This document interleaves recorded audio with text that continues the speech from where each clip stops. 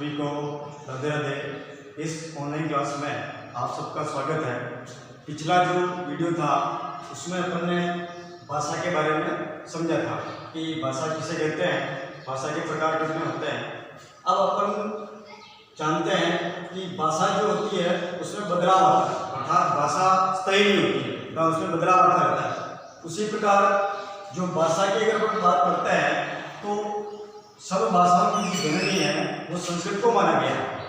अब जो हिंदी का जो विकास है वो इस प्रकार होता है, तो सबसे पहली भाषा संस्कृत थी।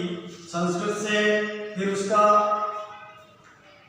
विकास पाली भाषा में हुआ, पाली से फिर प्राकृत भाषा आई और प्राकृत से अपभ्रंश आती है और अपभ्रंश भाषा के बाद में हिंदी आती है। अर्थात अभी वर्तमान में जो हिंदी भाषा पढ़ते हैं उसकी विकास यात्रा यहाँ से शुरू होती है। और जो अपनी हिंदी भाषा है उसी हिंदी भाषा से बाकी जो अन्य भाषाएं हैं जैसे राजस्थानी है, गुजराती है, पंजाबी है, बंगला है, उड़िया है, ये सब जो भाषाएं हैं वो हिंदी से निकली है। अब हमें इस बात की जानकारी होनी चाहिए कि जो हमारी हिंदी भाषा है उसको कब मान्यता मिली है। तो 14 सितंबर 1949 को हिंदी को जो भाषा है उसका दर्जा मिला है।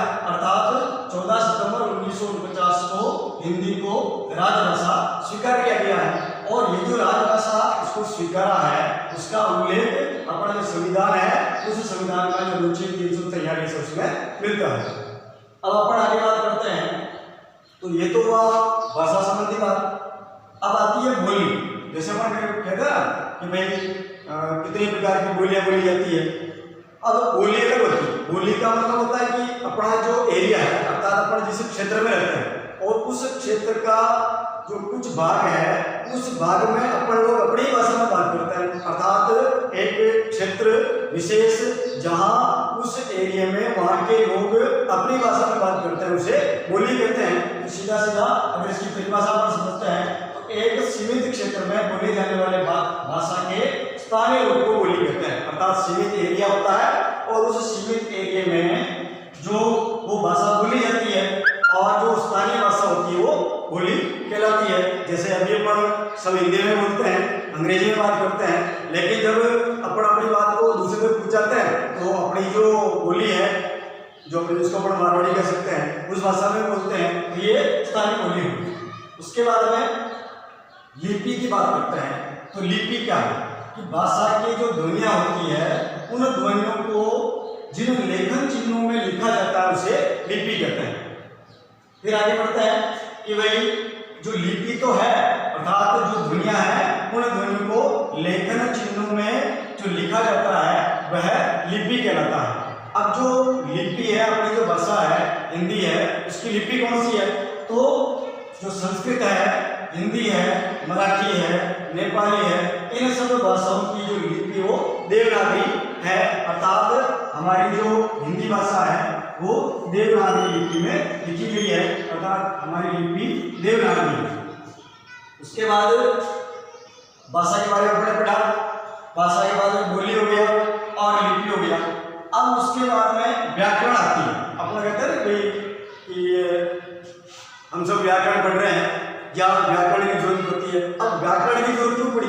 क्योंकि जो भाषा होती है उस भाषा को सही रूप से लिखना और सही रूप से बोलने का जो काम करती है वो व्याकरण करती है। अर्थात व्याकरण भाषा को बोलने में और लिखने के जो नियम है उन नियमों में बांधने का काम करती है। और बोलने में तो बहुत सारा कोई सा भी वाक्य बोल सकते हैं। जैसे उदाहरण के लिए मैंने बोल दिया राम घर जाती है।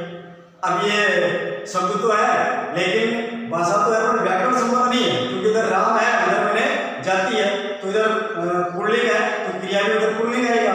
तो राम घर जाता है मैंने ऐसा बोला है। तो ये इसके कारण हमें समझ में आया कि व्याकरण के कारण हमें समझ में आया। तो सीधा सीधा व्याकरण की परिभाषा क्या हुई कि व्याकरण हिंदी भाषा को शुद्ध रूप से लिखने और बोलने संबंधी नियमों की जानकारी देने वाला शास्त्र है। अर्थात हम भाषा को सही तरीके से लिख और बोल व्याकरण के कारण समझ सकते हैं। और फिर अगर अपन बात करते हैं कि भाई जो व्याकरण होती है उसके प्रमुख जो तत्व होते हैं वो 3 माने गए हैं। उसमें से जो पहला तत्व है वो वर्ण है, दूसरा शब्द है और तीसरा वाक्य है। ये व्याकरण के 3 तत्व हो गए। और उसके बाद में जो आगे वाला विषय रहेगा या जो भी हम बिंदु लेंगे वो बाद में पढ़ेंगे। सभी को राधे राधे।